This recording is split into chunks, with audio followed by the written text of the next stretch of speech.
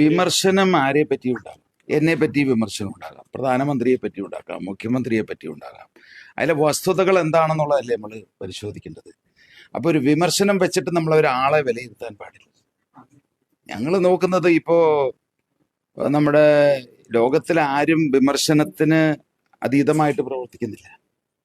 നമ്മളുടെ എന്തെങ്കിലും തെറ്റുകൾ ഉണ്ടെങ്കിൽ വിമർശനം വരുമ്പോൾ അതനുസരിച്ച് തിരുത്തുക, മുന്നോട്ട് പോകുക എന്നുള്ളതാണ്. മനുഷ്യരാകുമ്പോൾ അങ്ങനെയൊക്കെ ഉണ്ടാവും. ഞാൻ ആദ്യം മുതലേ തന്നെ പറഞ്ഞിട്ടുണ്ട്, ഈ രാഷ്ട്രീയത്തിലേക്ക് വന്നത് മത്സരിക്കാനോ MLA ആവാനോ മന്ത്രിയാകാനോ അല്ല ഞാൻ വന്നത്.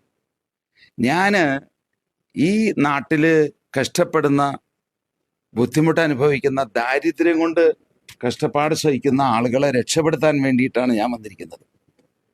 അപ്പോ അതില് മറ്റു രാഷ്ട്രീയക്കാരെ പോലെ എന്നെ കാണേണ്ട കാര്യമില്ല. ഞാൻ ഒരിക്കലും മത്സരിച്ച് മന്ത്രിയാകുക അതല്ല എൻ്റെ ഉദ്ദേശം. ഞാൻ പറഞ്ഞല്ലോ, അതിൽ നിന്ന് വ്യക്തമല്ലേ അത്. അല്ല, NDA നേതൃത്വം ആർക്ക് വേണമെങ്കിലും ആവശ്യപ്പെടാം.